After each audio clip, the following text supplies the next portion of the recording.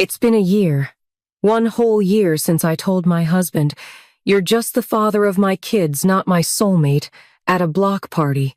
Sounds like the setup to a bad joke, right? Except the joke's on me. Justin's engaged. Her name's Ashley, and she's exactly the type of woman I used to make fun of. You know the type who does CrossFit, meal preps, actually enjoys farmers markets.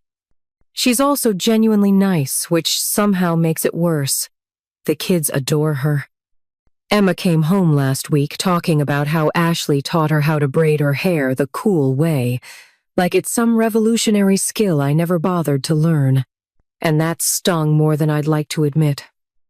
Before I go further, if you're into stories about real-life drama, bad decisions, and the kind of emotional chaos you can't look away from, hit that subscribe button.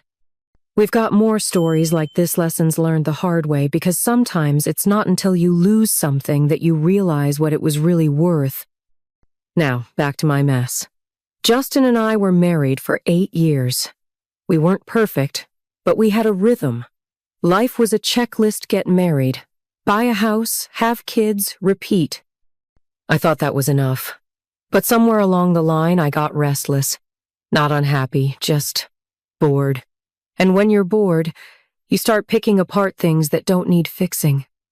His laugh was too loud, his jokes too corny, his shirts always slightly wrinkled. I convinced myself that he wasn't the one, whatever that even means after years of shared bank accounts and school drop-offs. The block party was like any other neighbors pretending they liked each other more than they did, kids running around hopped up on lemonade and cotton candy. A couple of drinks in, I was feeling bold, surrounded by friends who nodded along to my complaints like they were gospel. I don't even remember what led up to it, but I heard myself say, loud enough for Justin and probably half the block to hear, "He's just the father of my kids, not my soulmate." The words hung in the air like smoke from a cheap grill. Justin didn't say anything. He just gave me this look, not angry, not hurt, just empty.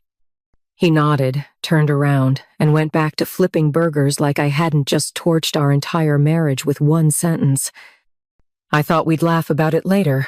We'd had worse fights, after all. But we didn't. That night, he slept on the couch. The next night, too. A week later, he moved out. At first, I was defiant. Good riddance, I told myself. I'd get to rediscover who I was outside of being someone's wife. But the silence in the house grew louder with each passing day. No more clinking of his coffee mug in the morning. No more dad jokes during dinner. Just me, the kids, and the echo of my own arrogance. When he started dating Ashley, I didn't think much of it. It's just a rebound, I told myself. But then she stuck around. The kids liked her. Justin smiled differently around her lighter, freer, like he wasn't carrying the weight of my constant disappointment anymore. I remember the first time I saw them together at the kids' soccer game. She was sitting next to him, laughing at something he said. It was the laugh that got me. It wasn't forced or polite, it was genuine. The kind of laugh I hadn't given him in years. I tried to pretend I didn't care. Dated a bit myself, but no one stuck. They weren't Justin. They didn't know how I liked my coffee or that I snore when I've had too much wine. They didn't know the names of my childhood pets or the way I cry during cheesy commercials. Justin knew all of that, and I threw it away because I thought I deserved some grand, sweeping romance. Turns out I had it all along, I was just too blind to see it. The kids started slipping Ashley's name into conversations like it was normal. Ashley makes the best pancakes. Ashley helped me with my science project. I smiled through gritted teeth, nodding along like it didn't bother me. But it did. It still does. Last week, Emma left her school folder at Justin's place. I volunteered to pick it up. When I arrived, Ashley answered the door. She greeted me with that same annoyingly perfect smile and invited me in. I almost declined, but curiosity and maybe a little masochism got the better of me. Their house was cozy, filled with the kind of warmth you can't fake. Family photos on the walls, kids' drawings on the fridge. It felt like home, the kind I used to have. I spotted Justin in the kitchen, laughing with our son over something on his phone. He glanced up, saw me, and gave a polite nod, nothing more. No anger, no sadness, just a man who had moved on. On the drive home, the folder sat untouched on the passenger seat. I stared at it during red lights, feeling the full weight of my mistakes.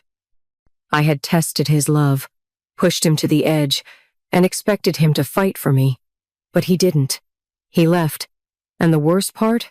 He was right to. Now, a year later, I'm sitting in the same house, surrounded by the same walls, but everything feels different. The silence is heavier, filled with the echoes of words I can't take back. So if you've made it this far, here's my advice. Don't mistake comfort for complacency. Don't test someone's love just to see if it's real. Because sometimes they'll pass the test by walking away and they won't look back. If you found this story relatable or eye-opening, subscribe to our channel. We share real-life lessons like this every day because sometimes hearing someone else's mistakes is the wake-up call we all need. Thank you for listening.